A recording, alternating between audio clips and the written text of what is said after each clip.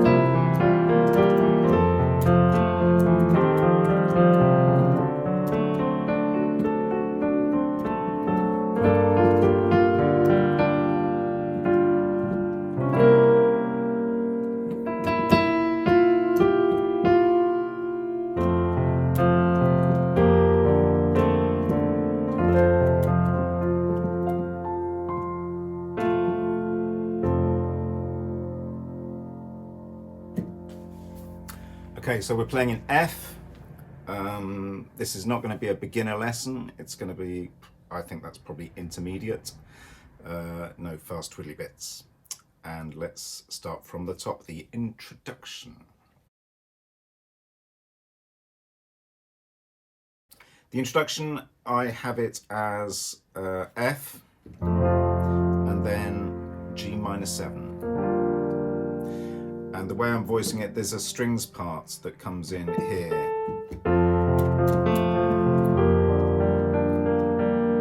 And then it goes back, I think, to there. So, well, let's just explain those two chords. So F major 7, I'm playing the root, and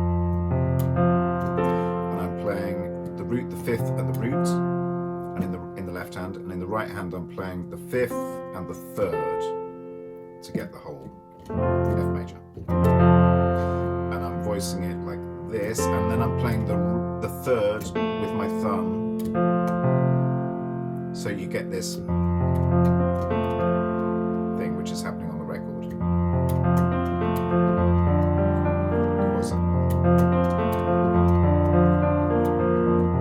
something like that. But the strings has this part here, and I think that's part of the song, and so I want to include as many of the little signature bits as I can to have the most authentic version. So I'm doing it like this. Root, 5 root, and then I'm playing the third there. I have small hands, so there'll be people out there with huge hands that can do the whole that easily. I can't. I can only do a 9, but there are people who have massive hands that can do 10 or more, and they won't play it in the same kind of way. If you have small hands, welcome. Elton John has small hands apparently, so he did pretty well in his career. So we're doing F, and that's G minor over an F here, which I'm calling a G minor 7, I think correctly.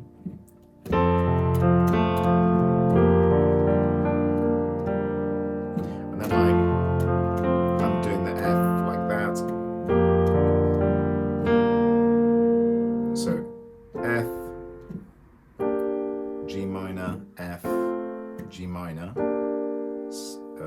version, like this. C, F, A, B flat, D, G, A, C, F, and back again, B flat, D, G, with the bass just doing root. So F, C, F, F again, D, G, F, C, F, F, D, G.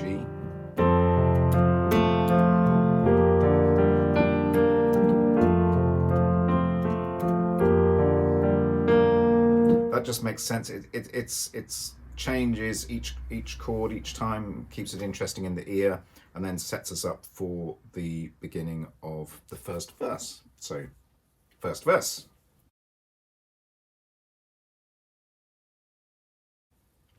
Melody goes, so C, D, F, and when we hit that F, I start doing the 10th, what I call a 10th, so root 5th, root 3rd, or 10th, and then I carry that on in the right hand, so it goes. So I jump C, A, and then we're going to A minor.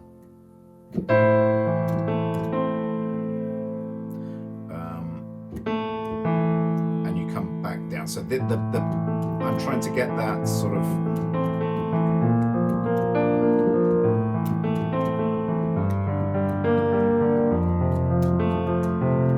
kind of thing going in the left hand. So, and it might take you a bit of practice, but it's a lovely thing to be able to do, and it's really useful for all sorts of other songs. It's just it frees up the right hand. So if you're playing either root 5 3 or 10 or root 5 root 3, then it means that you don't need to play anything else. You can just play the melody in the right hand, or melody and one note of harmony, which is what I'm generally doing with this. So that was a sidebar. So we're going C, E, F. That feels really satisfying to play. Now the reason I'm playing that F there is just so that I can get the timing. I can remember that the vocal line comes in a bit later.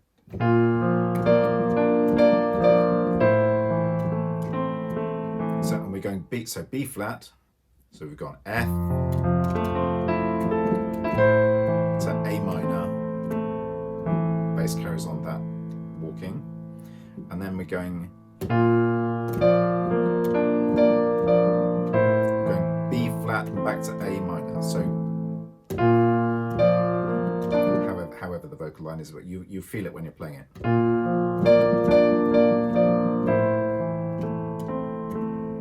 So B flat. You just have to work with that. You play it in different ways depending on the size of your hand. I seem to be playing it like this, and then that's easier because we're not using the flat, and then we're going down to G minor and then F.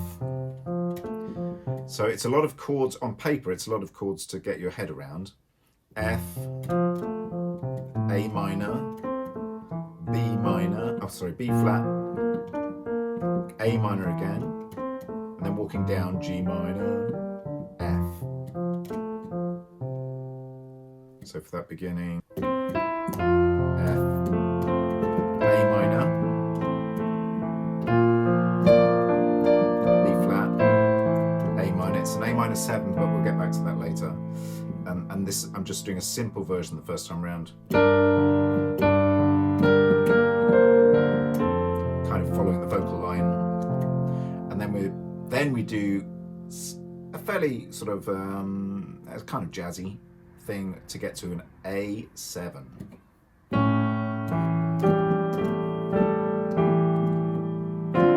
So we can call it a D minor to begin with. We'll call it a D minor 7 later, but a D minor. So B flat, A minor, G minor, F,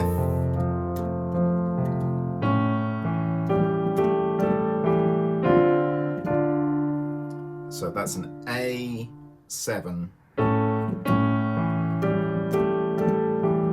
Now I'm doing it like that because if and then missing the third here. So that's in the bass. That's A, the fifth, the seventh, and the root again, and playing the third in the right hand. So you get the whole chord.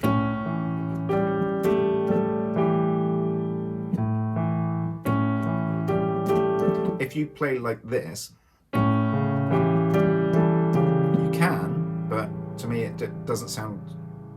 You're repeating this note, and if these, for the last couple of years, if I've been playing one of the notes in one hand, I'm trying not to repeat it in the other hand, and it just gives it a bit more space. Let's just go to the D minor, and then I'm calling this a D flat major 7, I think, because it is. So I'm playing a D flat broken chord there, and I'm playing the 7th, the major 7 here. That's the melody line. And it does twice in the left hand, and then it goes to a C7 sus4, which is C, F, G, B flat, resolving to a straight C7. Yeah, so we're going A minor, G minor, F, A7, D minor, D flat major 7. This is according to my ears. You may be different. This is kind of where I've settled. I've been playing it a few years now.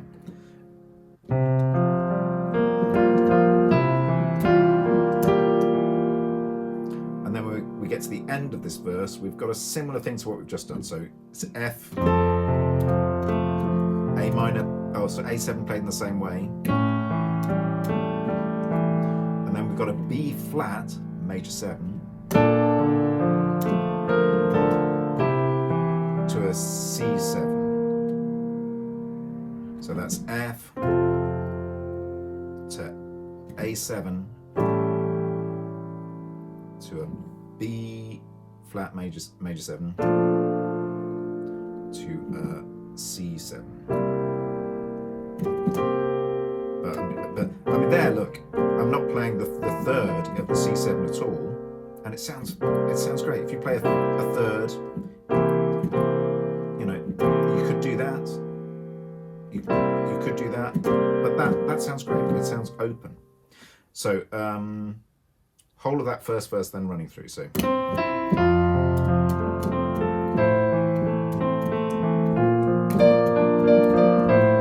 minor, G minor, F major, A7, D minor, D flat major 7, C7 sus4, only briefly, and then F, B flat major 7, C7. That's how I play the first verse. The second verse, I do a tiny twist. So I do, it's only one small change. I go A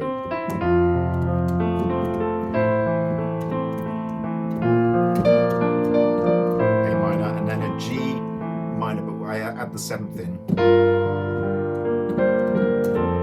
Just makes it slightly different. Oh, that's important. I just sort of offset that a bit. And then maybe there you could add the 7th of the D minor. I did several takes. I played this a lot, especially a lot in the last few days, and I did several takes to get a clean version for the beginning of this video. And because I'm trying to, for the tutorial, I want to do that tweak, then that tweak, then that tweak. When you're actually playing it, when you've learnt this and you're playing it, you'll mix and match the whole time. You'll never play it the same, well, probably, you'll never play it the same way twice. Certainly I don't, but I'm trying to for this, which is a good exercise. What am I doing? So, oh yes, and this is the other change. So we're thinking to ourselves, when we do that, there's this line, which I think is in strings, but it goes. It's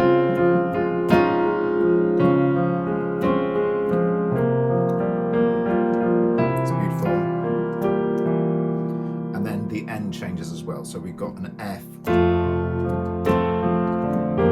G minor 7 to F. Yeah. So the second verse, okay, 2 or 3 slight changes.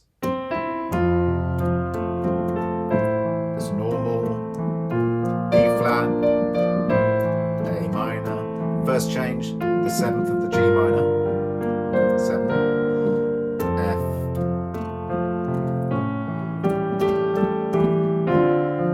there's an option there to add the D minor 7. Important bit.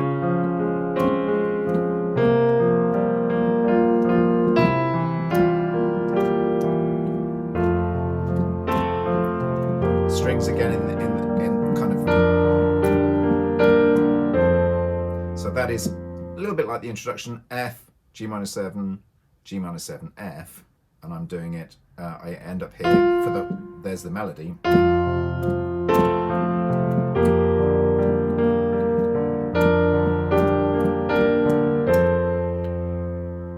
And it's all over F, like the introduction was all over F. So F normal, G minor 7, the 7th's in the bass. The rest of it's a G minor. So's that. And that's just an F major, but look, no F here, don't need it. It's in the bass, and it sounds nice and open. So, the B section. Okay, B section. We've got, to get into it, I'm in 2 minds at the moment. I haven't kind of resolved this quite. So we've gone.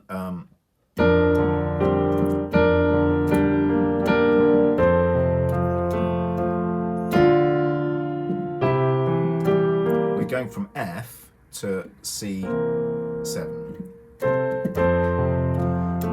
but the bass does either D to C or E to C, or even D flat to C, and I'll show you the different effects, and just you decide with your ears what you prefer. So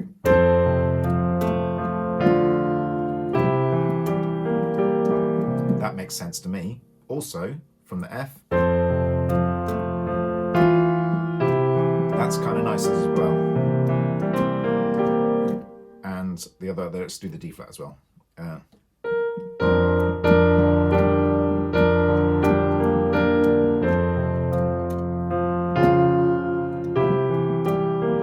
So choices are, the melody line goes F, C, sorry, F, G to C. That's where the melody line's going. So we've got, and then before this, so this makes sense. This is kind of nice. Slightly dissonant. It's a semitone apart. Or even that's kind of nice. Or I suppose you could do that. You could do that. Generally, when you're making a move in the bass, it's nice to approach it from either a semitone above or a semitone below, or a whole tone above or below. But just play with it and see what you fancy. So that's nice. So yeah, each time you've got options. C7, just the running up and down twice in the left hand, good sort of strength building in the left for the people who are newer to the keyboard. And then we're going to F over C. And then we're doing the same C7. And then we're doing F over F.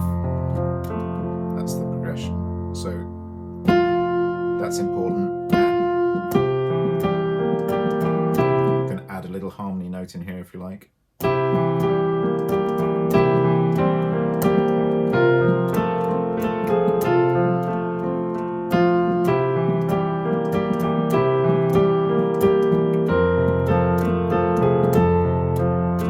Yeah, fairly straightforward. As C7F, C7F. And then this is quite interesting in the left hand. It's sort of D minor to C over E, D minor over F, and then C over C.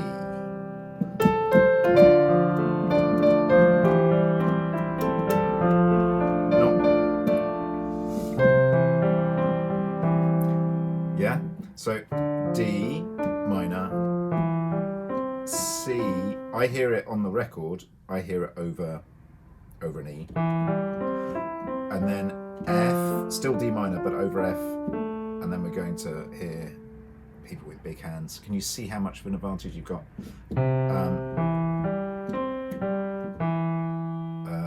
Over the C, so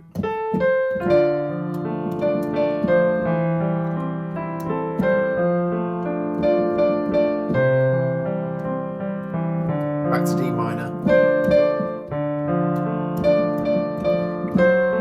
D minor, D7. This is quite nice. So we go D minor, and then I'm hearing that.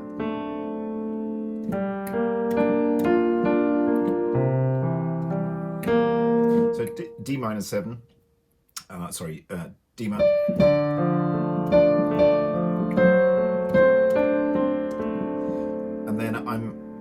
And then this is G minor 7.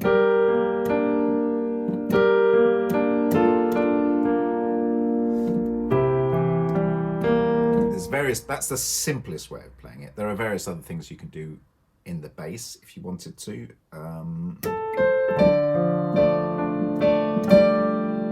could do that, go to G to the F sharp and add the F sharp up there. I'm repeating it.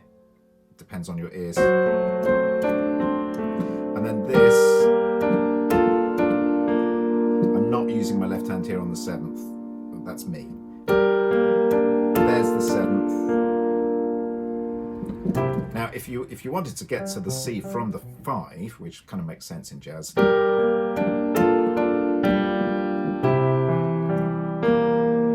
do that. What we're doing is, I saw in a great video the other day, and it said about how to play without mistakes. You need to know the chords you're playing, the melody. You need to have that in your ear. You need to know what it's going to be, and your muscle memory. But obviously, if you're playing, when you're practicing it, you're making every possible mistake while you're practicing it, and there's a danger that you can learn those mistakes as well. Another video that I saw recently talked about something that he called the absolute accuracy rule. So when you're learning it, go as slowly as possible, but accurately. So you're not learning those mistakes. That's the way around that. So D minor.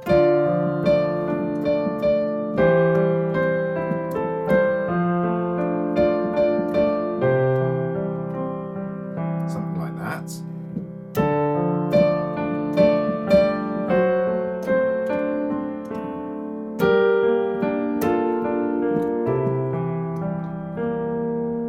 And that's the bit, that's the B section, or the number 2 section. Then I do another couple of tweaks in the 3rd verse.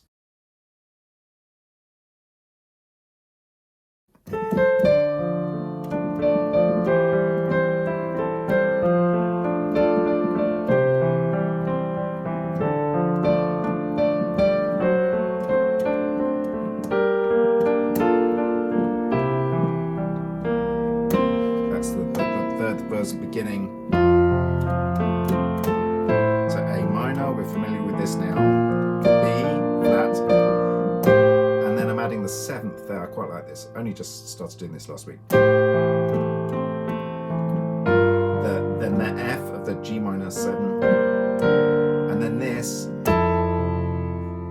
which is the major 7 of the F. Again, just added this the other day, and it's quite nice.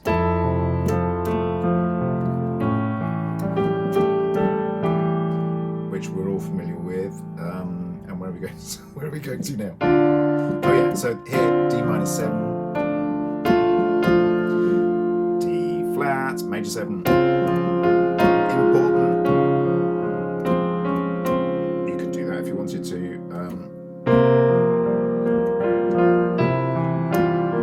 Now the big change at the end.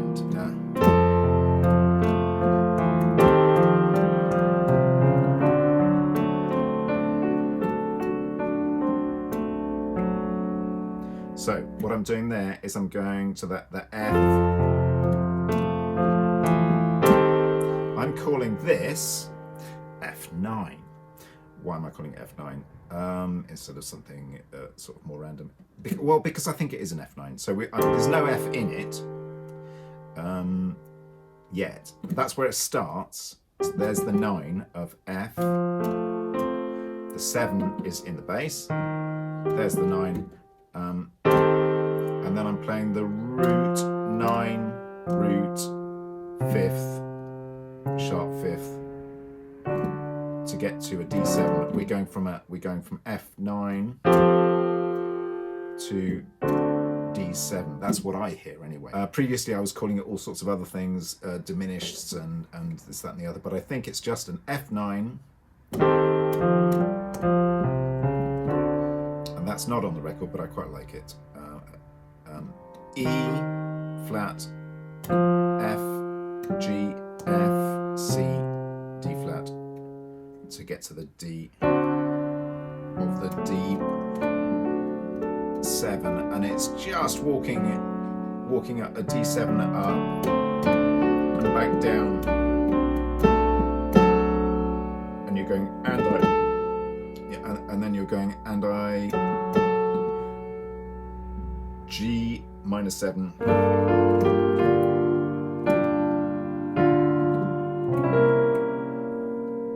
which is just a beautiful chord to play. I'll show you that in a sec. So we're doing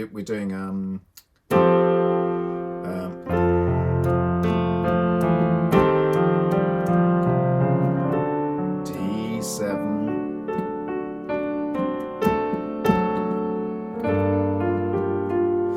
That's just a G minor 7, just playing the root there, but and I think I'll probably do that.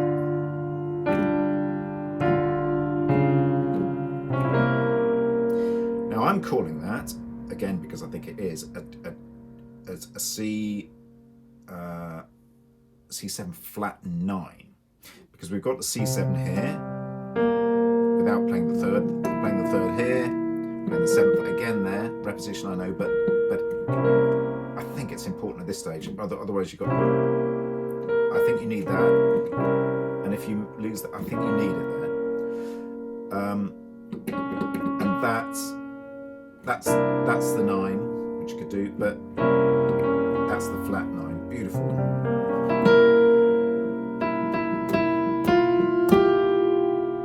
To the F.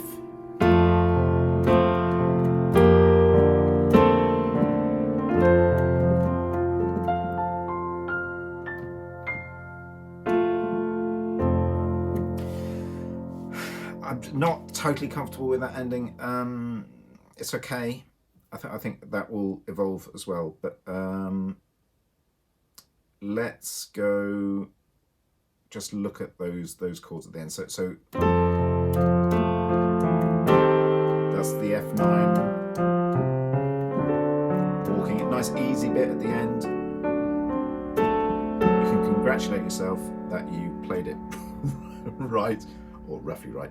It's jazz by the time you get to this stage, but you still got some things to do, so don't screw it up. You could just do a cheeky other ways of playing. Oh, sorry, there. Otherwise, you could play the fifth there and the third in the bass, but have a listen. Or the way I was playing it. To me, I prefer that. Could repeat a note, either note. No, that's why I ended up with that. But again, it's your ears.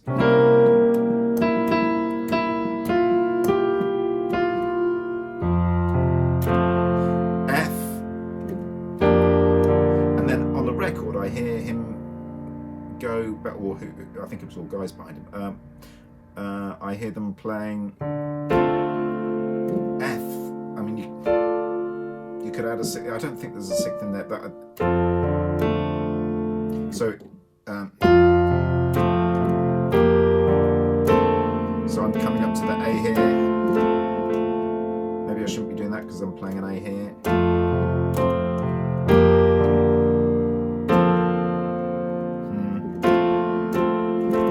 It again.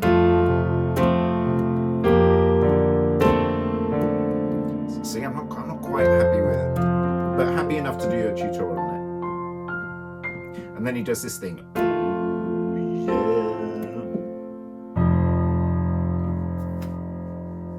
So, I hope you enjoy playing that as much as I do. It's a beautiful song to learn. Lots of room for making mistakes, which can turn into your own songs. And new voicings, get things wrong, enjoy getting things wrong, and then get it right and really enjoy playing it. I generally end my set. I've been playing weddings and events for several years now, nearly 10 years, and I end with that because it's such a fantastic song. I once put it on in a jukebox in Wimbledon when I was living down there at the end of an evening in a pub, and it was sort of throwing out time, and I put What a Wonderful World on, and the whole pub just went, and someone over there said, you know, wow, well done for putting it on. I think I may have got him laid that night, but well, he would have done that himself. But absolutely wonderful song, and it's the first, so I usually play it last in my set, and it's the first of a new set of tutorials that I'm doing on songs that I've been playing for a few years, my versions of them, which are solo piano songs I'm not singing at the moment, which may or may not be a blessing. And the next song I'm going to look at is going to be La Vie en Rose.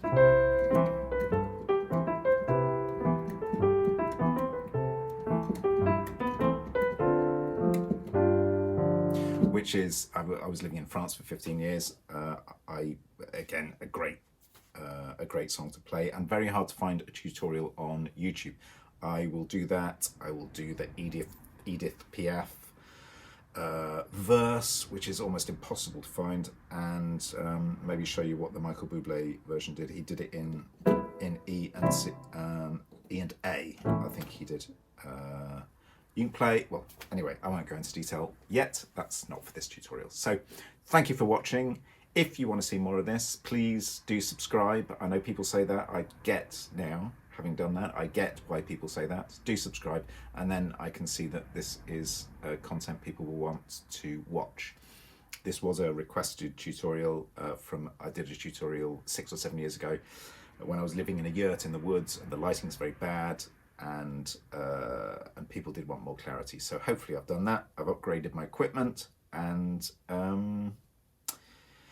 enjoy, and yeah, have a great day. Thanks. Bye.